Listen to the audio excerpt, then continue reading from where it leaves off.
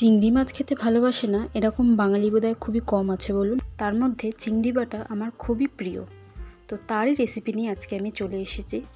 তার জন্য আমি বেশ কিছুটা চিংড়ি মাছ নিয়ে নিয়েছি, আর এখানে নিয়েছি আদা, রসুন আর কাঁচা লঙ্কা। এবারে ফ্রাইং প্যানে কিছুটা তেল গরম করে তাতে আমি দিয়ে দিয়েছি কালো জিরে, একটা শুকনো লঙ্কা, তারপরে কাঁচা লঙ্কাগুলো দিয়ে দিয়েছি, আর দিলাম আদা আর রসুন, উপর থেকে কিছুটা হলুদ ছড়িয়ে দিলাম। এরপরে আমি একে একে চিংড়ি মাছগুলোকে সব দিয়ে দিচ্ছি এর মধ্যে। এটাকে ভালো করে তেলের মধ্যে নেড়ে নেড়ে ভেজে নেব। পুরো রান্নাটাই কিন্তু এখানে আমি সর্ষের তেলে করেছি। এবারে ওপর থেকে সামান্য নুন দিলাম লঙ্কার গুঁড়ো। এরপরে এটাকে ততক্ষণ ভাজতে থাকবো যতক্ষণ না পুরো জলটা শুকিয়ে যায়। এরপরে একটা মিক্সিং জারে ঢেলে এটাকে ভালো করে বেটে নেব। এই রান্নাটাতে কিন্তু খুব বেশি উপকরণও লাগে না, কিন্তু খেতে হয় দারুণ।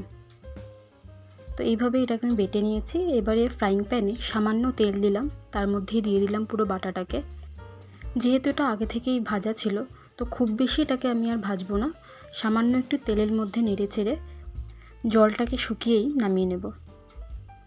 নামানোর আগেই আমি এর মধ্যে বেশ কিছুটা ধনেপাতা কুচি দিয়ে দেবো। দেখুন কত অল্প সময়ে অথচ কত সুন্দর একটা সুস্বাদু চিংড়ির রেসিপি তৈরি হয়ে গেল। আপনারা অবশ্যই বাড়িতে এটি ট্রাই করবেন এবং আমাকে কমেন্টে জানাবেন কেমন লাগলো। ভিডিওটি ভালো লেগে থাকলে একটি লাইক করে দেবেন এবং আমার চ্যানেলটি সাবস্ক্রাইব করতে ভুলবেন না।